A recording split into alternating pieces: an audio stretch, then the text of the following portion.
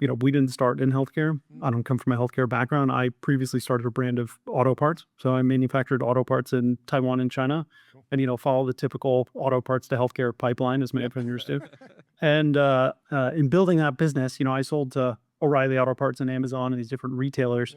And I had to, at some point, it was probably in like 2011, the transaction volume got such that it wasn't feasible to have these things manually entered anymore, so before AI. And so I reached out to all the different retailers that I was selling to and asked them to send me the API spec for their purchase orders so I can automate the transactions. And over the next 2 weeks, they all wrote back and they said, "What's an API?" And so things got a little bit better since then. But what I found out at that point was that this whole world of retail, logistics, supply chain, transportation, et cetera, manufacturing is powered by a technology called X12 EDI. And so if you see Stedi is spelled STEDI, it's because we started with this underlying EDI technology.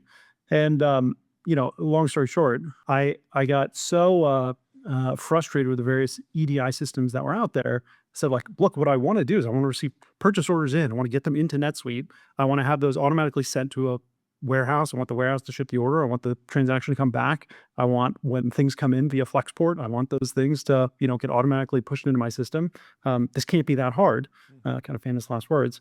And I got so sick of the solutions that were out there that I ended up having my own system built. And then, I ultimately sold the auto parts business to a private equity firm and I started Stedi. And, I spent like 50 grand on, which was, it was a bootstrap business. So spending 50 grand is a lot of money. 50 grand on building this homegrown platform. And I was like, it's going to cost like 10 times as much to do this for everybody, for all transactions. I was like, but to be safe, there's margin of safety. I'll raise $1 million instead of 500K.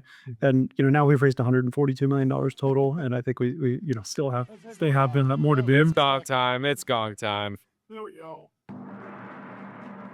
They're right. Thank you.